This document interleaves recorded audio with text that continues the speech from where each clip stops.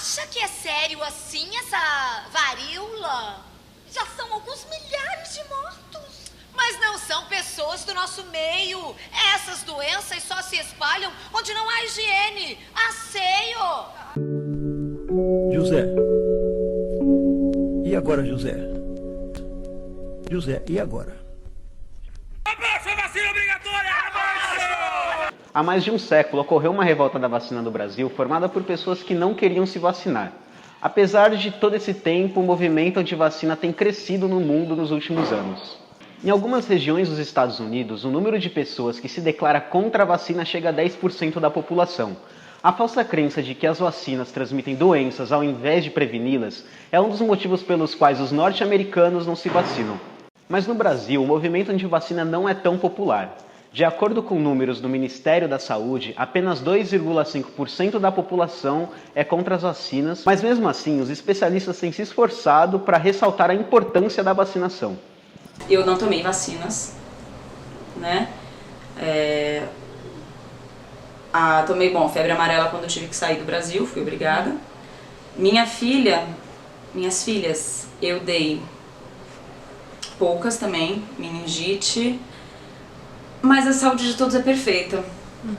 E eu acho que isso só prova que existem outras formas de você se prevenir. A vacina não é uma única forma. A vacina ela vem como algo para prevenir, como dizer, ela previne a doença de entrar no seu corpo, mas não porque seu corpo está bem e forte, é uma coisa artificial, que salva inúmeras vidas, mas você pensa que salva inúmeras vidas e você poderia salvar essas inúmeras vidas antes dando educação para as pessoas, ensinando elas a comer bem, né, a ter bons hábitos, mas isso não acontece porque existe uma indústria alimentícia também que se parar de vender salgadinho, biscoito, bolo e pãozinho, vai falir.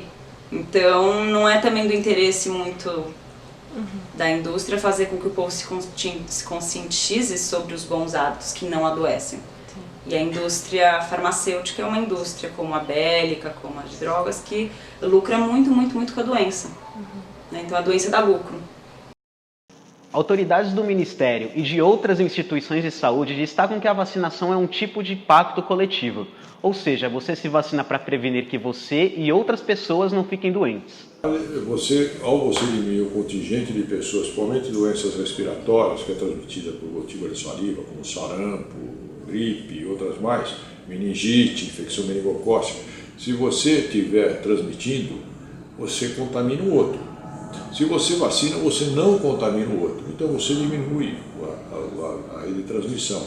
A gente considera, tem um chamado famoso efeito rebanho. O que significa? Quando você vacina 80% da população, você está protegendo 100%, porque você deixa de transmitir em comunidades grandes. A gente considera que esse é o limite, o máximo que a gente poderia ter protegido.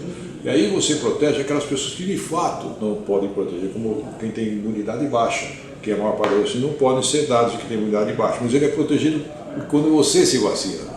Então, essa é uma proteção altruísta, porque você acaba, ao vacinar, você protege aquelas pessoas que não podem. Ser contra a vacina também envolve questões religiosas. Fundamentalistas islâmicos e parte da comunidade judaica ortodoxa, por exemplo, não se vacinam. No Brasil, os casos religiosos são menores, mas aqui existem famílias cristãs conservadoras que acreditam que vacinar os filhos contra o HPV pode incentivar atividades sexuais. Eu não tomei a vacina HPV e nem vou tomar.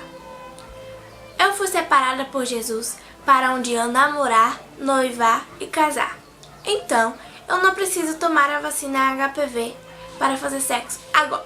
Aqui, os meninos falam para as meninas que agora elas já podem fazer sexo, que já estão vacinadas. Isso não é coisa de Deus, minha presidente. Eu e milhares de meninas evangélicas desse país e famílias conservadoras não precisamos tomar a vacina.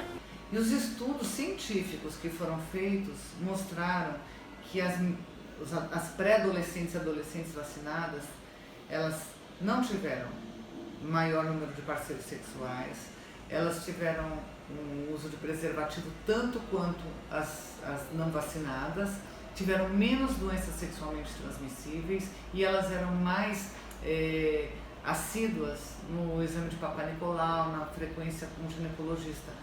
A vacinação, na verdade, ela representou uma motivação para a pessoa se preocupar com a própria saúde, não o contrário. Os efeitos colaterais da vacinação também preocupam as pessoas. Tem gente que não se vacina por medo do que pode acontecer.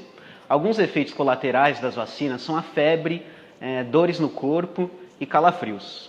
Você toma vacina regularmente? Tomo todas as vacinas, menos a da gripe. Entendi. Por que você não toma da gripe? Então, a da gripe, mas foi só o ano passado esse que eu não tomei, porque anda dando uma reação muito grande mesmo. Entendi. Assim, muita dor no corpo, muito calafrio, dor de cabeça, as juntas tudo dói. Entendi. Então, pra mim, de ficar assim uns 3 dias de cama e não conseguir nem levantar. Ficam com medo dos efeitos colaterais em vez de ter medo da doença. E sem pensar que essas doenças eles não estão vendo, estão controladas, simplesmente porque as gerações anteriores foram vacinadas e controlam a doença. Agora nós estamos vendo o resultado desse tipo de comportamento. José. E agora, José? José, e agora?